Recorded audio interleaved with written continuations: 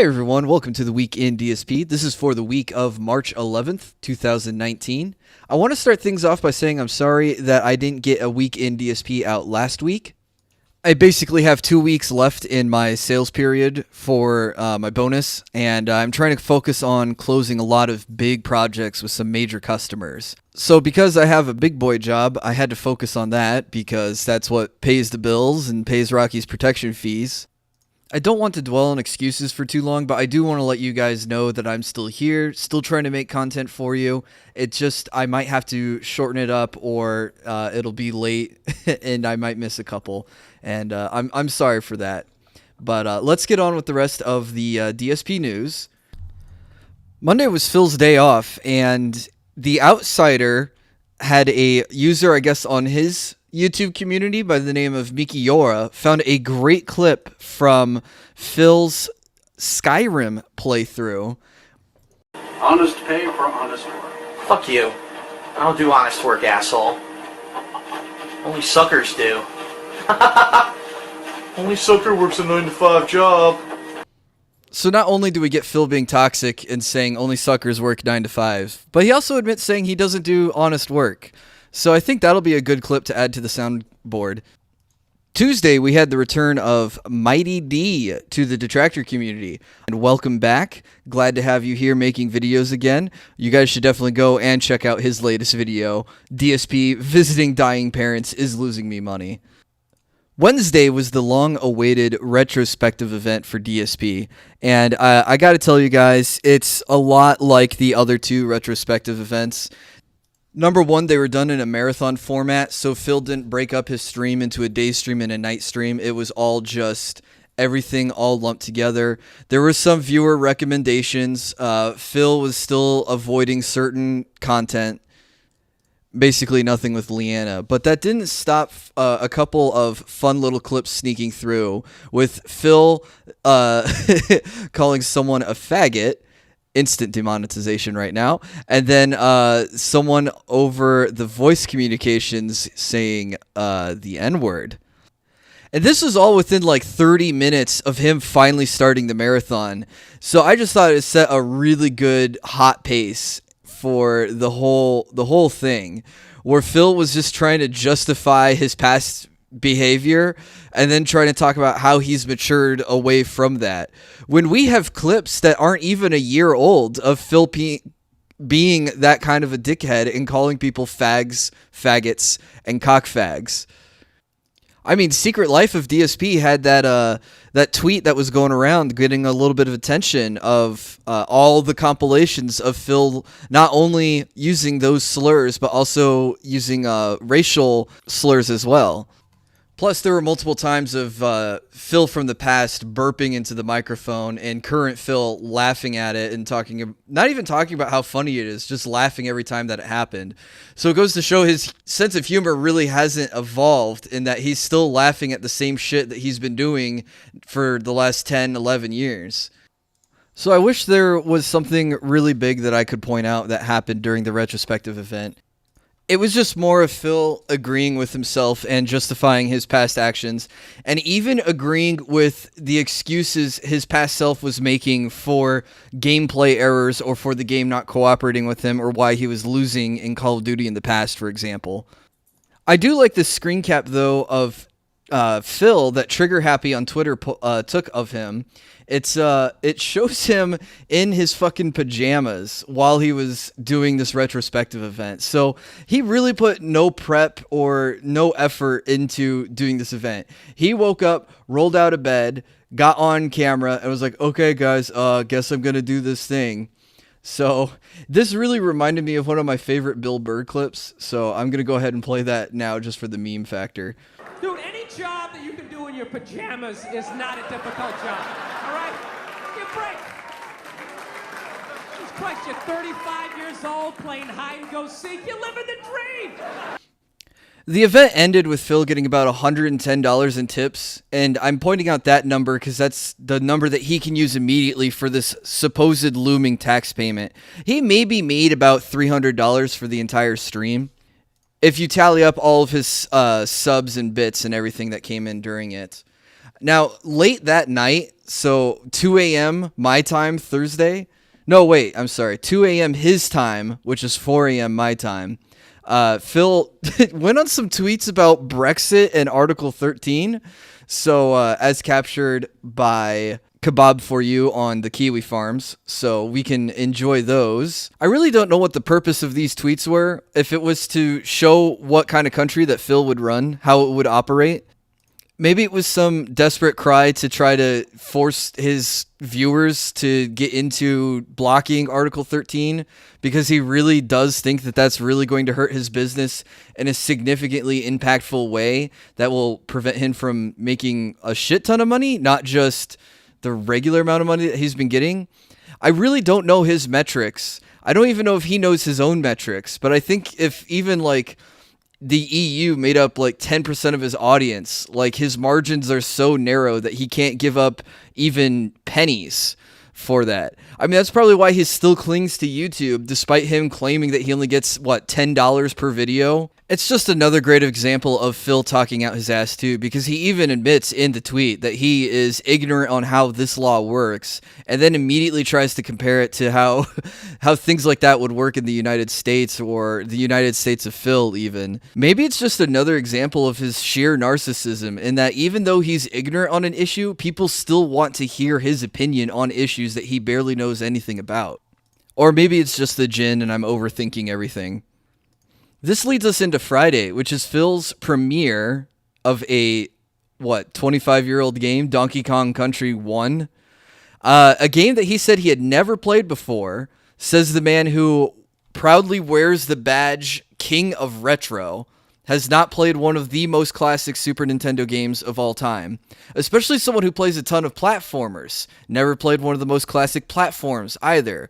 One of the games that explores the origins of Diddy Kong, besides Donkey Kong being the classic Donkey Kong jumping over barrels with a hammer.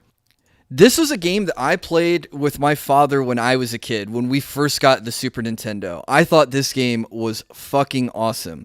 He picked this game over Super Mario RPG for Friday because Kat said that it was one of her favorite games from her childhood.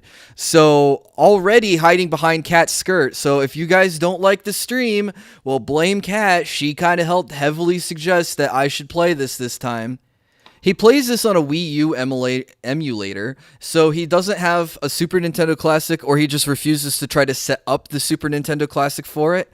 In addition, he also had access to save states, which he didn't use at first until he got to the third world and hit a game over, and it took him back to the previous save state, which is in the second world before the temple and the boss. This wasn't a guy who would run back to the save point after he completed a level to resave the game. A real serious noob error. And then instead of just getting in the habit of regularly saving the game after each level he beat, he just started using save states.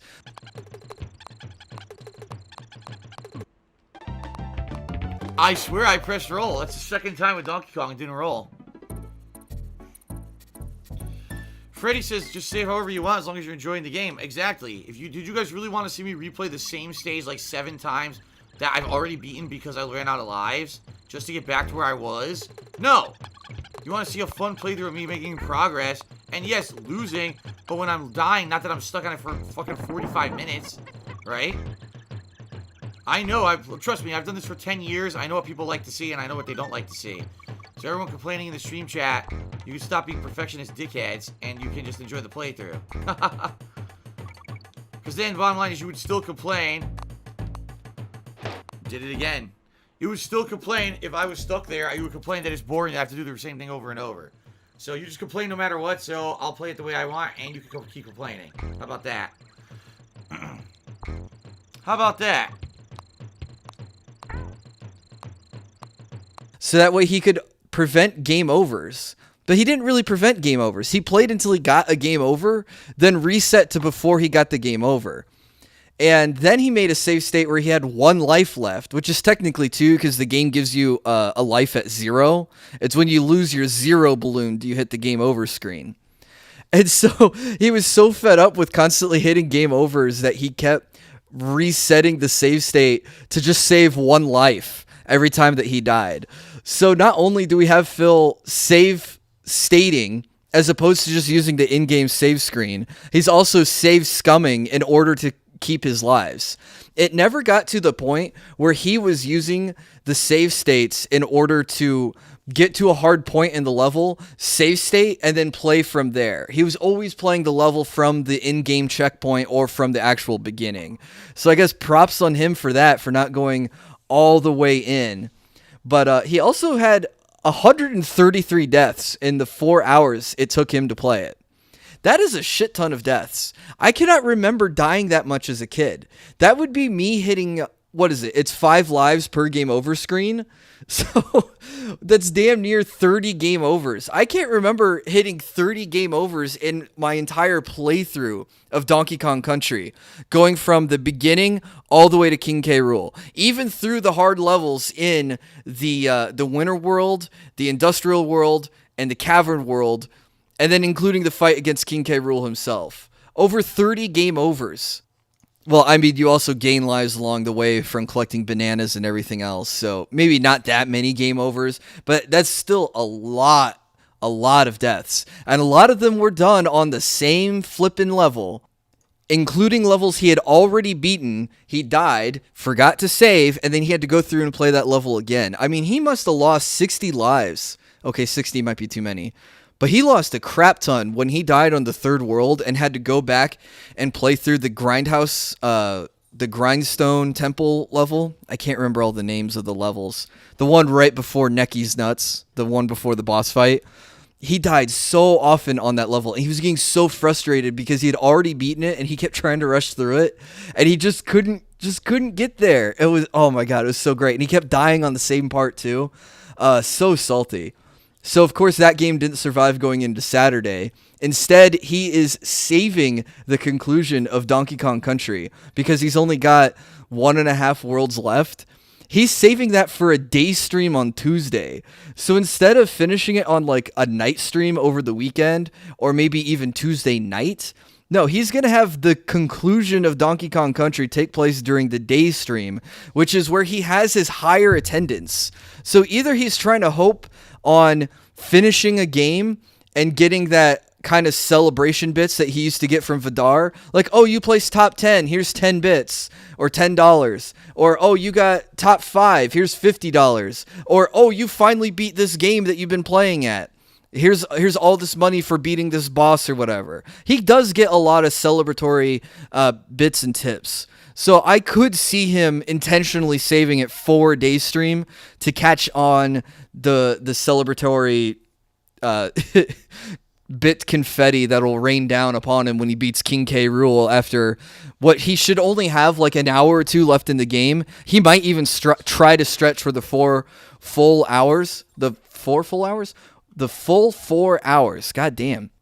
He even hinted at starting Donkey Kong Country 2 right after he beats the first one on that same stream. So maybe we won't get him drawing it out for 3.5 hours and then going, oh, it's too late for me to start a new game, guys.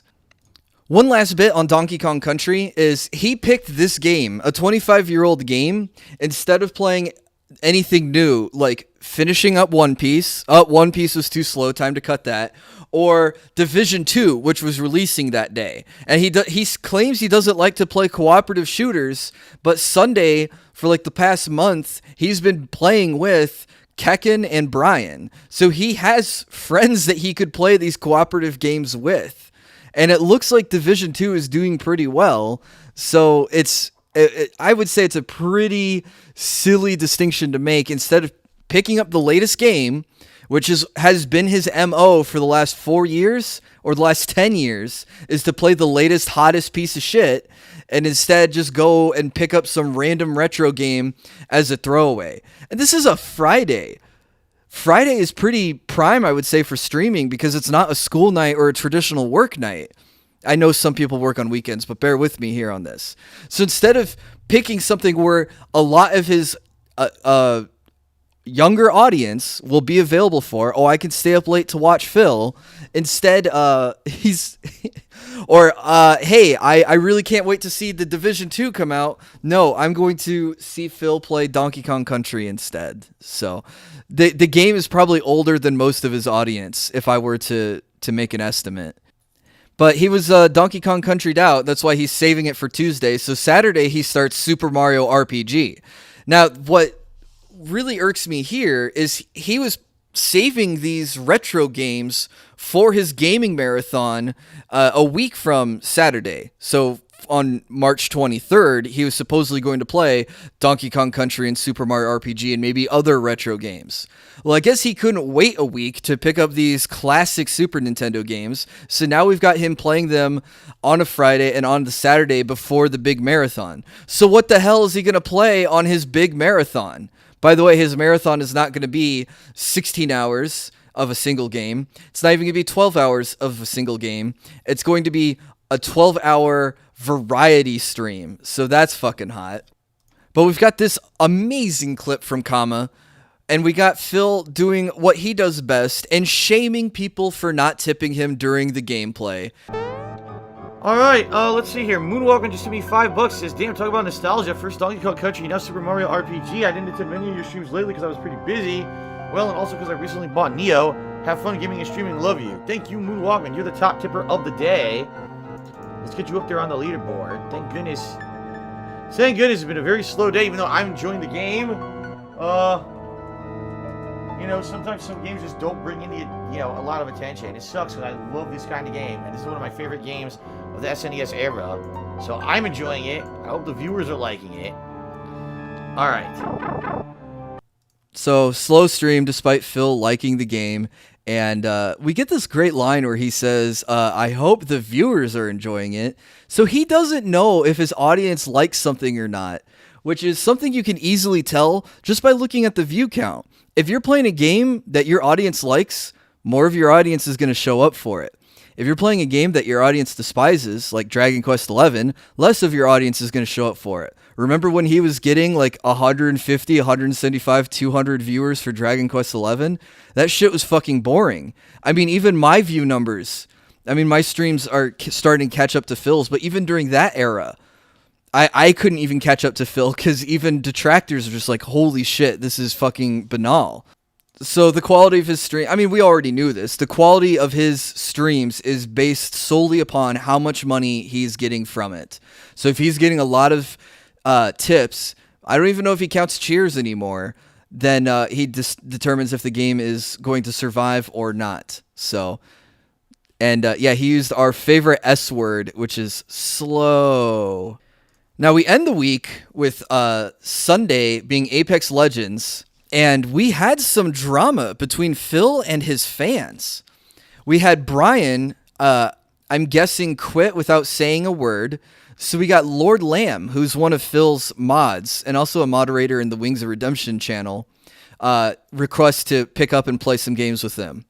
Now, Lord Lamb was a monster at Apex Legends. He got across all of the games, he had something like 20 kills, whereas Phil and Kekken were 9 and 8 or something like that, like less than 10 per guy, whereas Lord Lamb had over 20.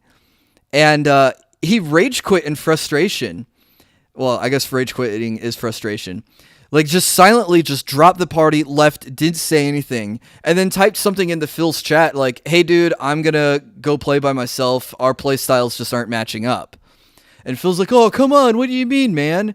And Lord Lamb says, I like to play aggressive. You guys don't. It just doesn't work out. Phil's like, well, I like to play aggressive sometimes, which is the biggest fucking lie. Phil just wants to sit and camp just like he does in Blackout. So when he was trying to find a replacement for Lord Lamb, Kekken, who was supposed to be there, I guess didn't show up, or he was late after a break or something like that. So then he gets Saru Atari to come on. So Brian and Lord Lamb are gone. We have Kekken. Then we had to get Saru Atari, who the two of them proceed to talk about Soul Calibur, which is something Phil played, but he offers no input on anything that they're saying. It just sits there quietly while they're jabbering to each other. And he just eventually chimes in with like, guys, we need to talk about something else. So fucking salty. Fighting game former professional player can't fucking talk about a fighting game that he's played. There's also another Phil regular named Kujo who joined in. I don't know if he replaced Saru and was playing with Kekken, or if he replaced Kekken and the two of them were playing.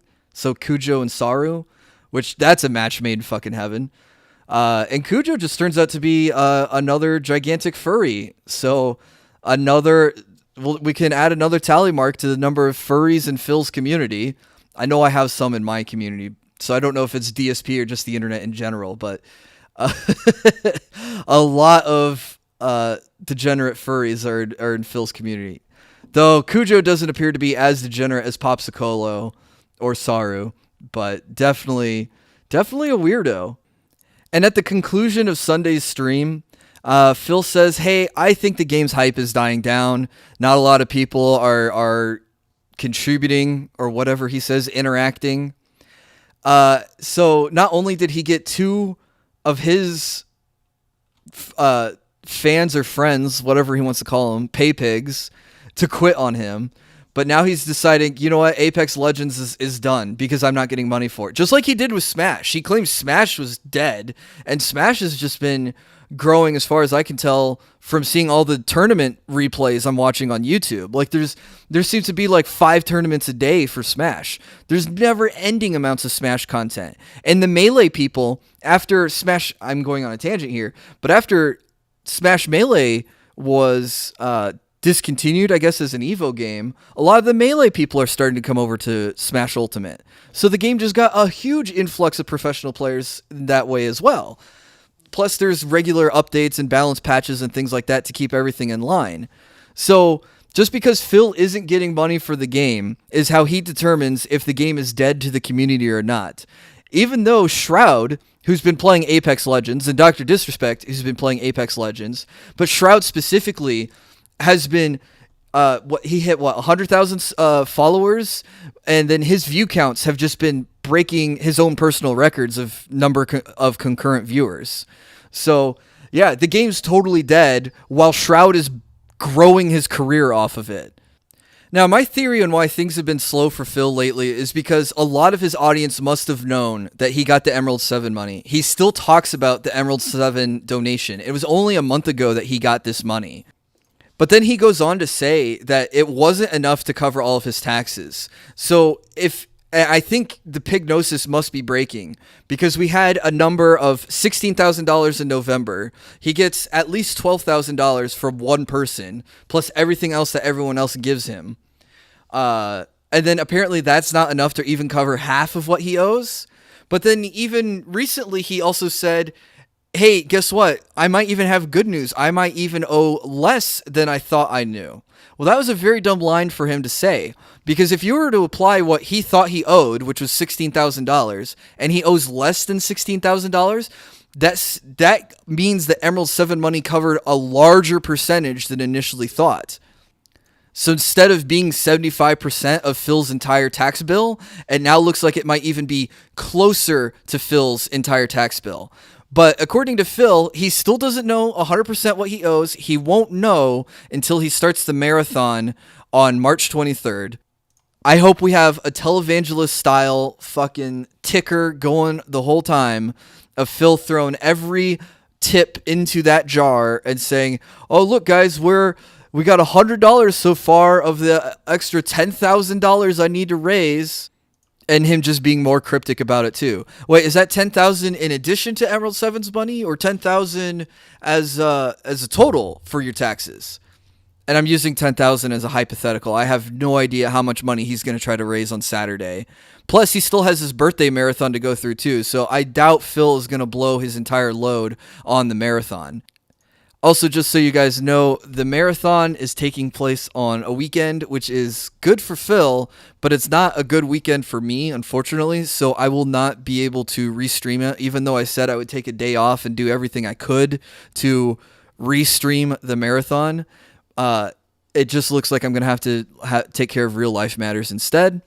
Real life is more important than anything that DSP could ever do and anything he ever does. Plus, without it being a true marathon, you know, him playing one game the entire time, it's going to be like every other marathon that he's done. And I've restreamed a couple of them, and it's pretty boring because there's a shit ton of downtime. And this one, even though he's trying to like sell the length of the marathon as a reason why you should tune in, he's also already said he's going to be taking breaks every hour. A 15-minute break every hour, I believe he said, which everyone else has already said, well, we know how Phil's 15 minutes turns into 20, 25 minutes every time. So a 15-minute break every 12 hours, we're all going to lose 3 hours immediately just to breaks. And that's just the small breaks. He said, you know, he's going to do bigger breaks every 4 hours or something like that. You know, we might end up with as much of gameplay as a regular day of streaming, so 4 hours in the morning, 2 hours in the evening, or maybe even less, just like he did with the Halloween stream, where we got like 5 hours of gameplay. But we're not even going to get it's not even going to be gameplay the whole time. He's even said that he's going to do an IRL kind of just chatting with the audience for an hour or two. So 12-hour marathon, lose 3 hours to breaks, so we're down to 9 hours. And then you take 2 hours off of that for the IRL chatting stuff. So now you're down to 7 hours of gameplay, which is barely longer than a normal day of streaming. And that's assuming he doesn't take any breaks longer than 15 minutes, or if he doesn't do any bigger breaks than just the 15-minute ones every hour, even though I know he's already said he's going to take big breaks every 3 hours. So who knows? Who knows how much gameplay we will actually truly get on Saturday. So unfortunately, it doesn't seem like an event that'll have a lot of salt. So I really can't justify giving up on real life commitments to contribute to try to do a nice long stream. I think it would be fun to do a long stream with you guys, but I just don't see it happening this time around. Maybe that'll be something we'll do during Phil's vacation, again, if his vacation doesn't line up with mine. And guys, sorry for this one being so short, but that does it for the week in DSP. I was keeping it just short and concise so that way I can get it out and get it edited and get it uploaded. If I do it longer, it takes a lot more time for me to go through and put the video together. I know, I'm just throwing more excuses at you guys. I really don't want to leave you guys hanging. Thank you guys so much for sticking by me all this time. We've crossed 1,500 subscribers recently, so a big thanks to you all for that. I've been talking with some friends behind the scenes about what to do with the ad revenue and contributions you guys have been giving me. I'm deeply appreciative of every Super Chat and Streamlabs donation. I've already done minor upgrades, like getting a new monitor so I can play Switch with everyone. I just haven't played Switch with everyone yet. And I got some new studio headphones, so it helps me with making these recordings and focusing in on what I'm trying to do and finding sounds and editing that need to be edited out or edited in. I'm planning on upgrading the PC, more RAM, bigger CPU, and I'm also planning on finally pulling the trigger on the standalone modem router so I'm not renting Comcast equipment. So I'm trying to be transparent with you guys about what I'm doing with what you guys, contribute to me because I'm appreciative of it. I don't need it to go to shit like taxes because I work a real job. And I guess I'll stop being sappy now and mushy. Thanks so much again. Hope you guys enjoyed the video. Sorry again for it being short. And I hope to see you guys in the next video or stream. Take it easy.